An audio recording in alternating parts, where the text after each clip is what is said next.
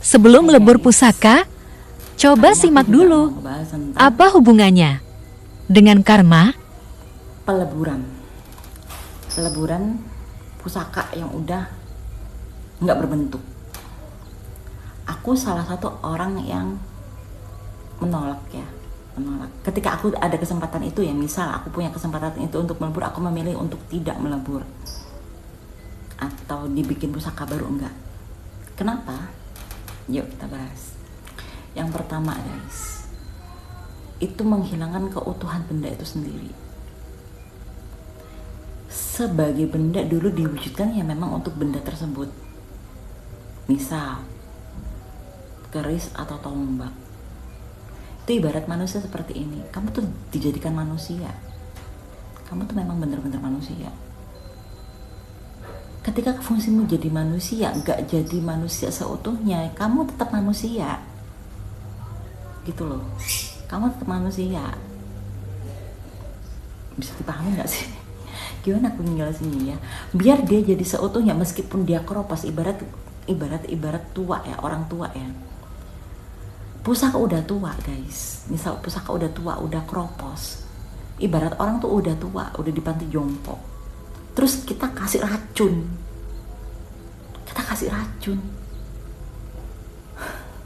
Biar cepat mati. Orang tua tersebut sama kayak pusaka. Atau benda-benda lainnya itu. Seperti keris, tombak, dan lain-lain. Ketika kalian menghancurkan guys, keutuhan barangnya itu ikut hancur. Ada hubungannya sama karma, ada. Benda itu mempunyai energi loh. Benda itu ada energinya. Kemudian yang kedua, kalau kita melebur itu kita nggak menghargai hasil dari orang yang bikin. Kita nggak menghargai hasil orang yang bikin. Tuh. Sebagai wujud apresiasi kita terhadap seni atau terhadap barang tersebut, jangan dilebur.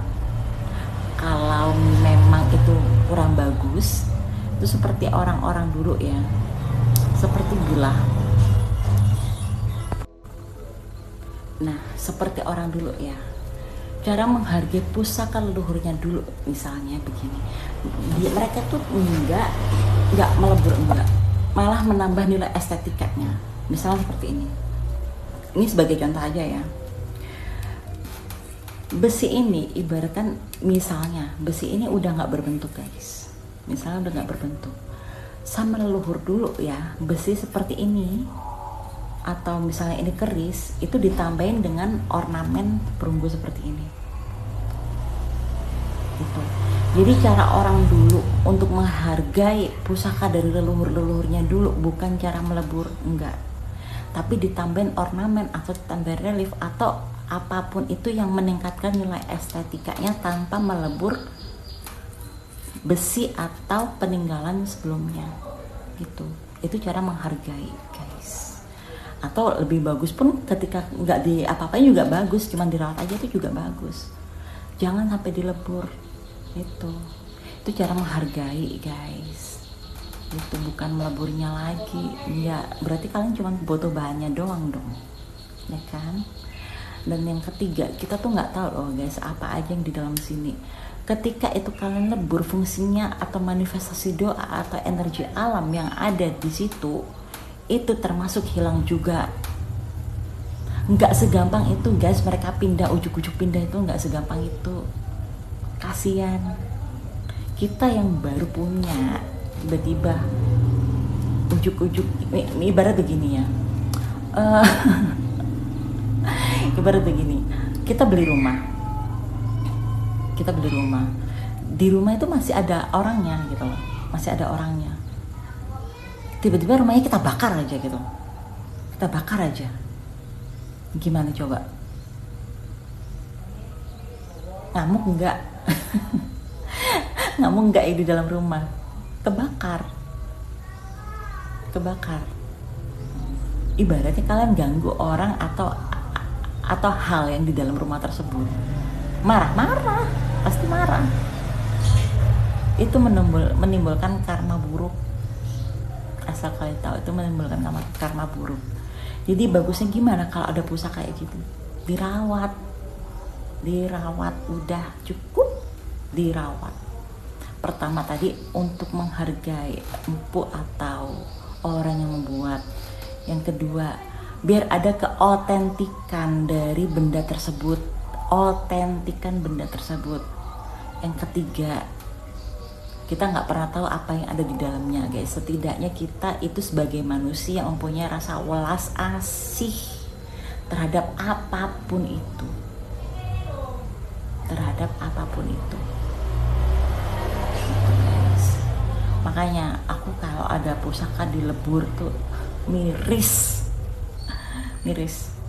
Pertama, menurut aku ya, kurang bisa menghargai orang yang buat. Yang kedua, kurang menghargai keotentikan barang tersebut. Yang ketiga itu tadi ya. Dan aku pun kalau ada kesempatan itu aku nggak akan melebur. Mungkin yang aku bisa lakuin adalah seperti aku merawat aja, atau menambah nilai estetikanya seperti yang aku contohin tadi, seperti ini tadi tuh, guys. Menambahkan nilai estetika yang ada di dalam barang tanpa merubah bentuk asli. Itu aja sih, atau dikasih warangka lah atau apa gitu caranya menghargai, guys. Jangan menimbulkan karma buruk.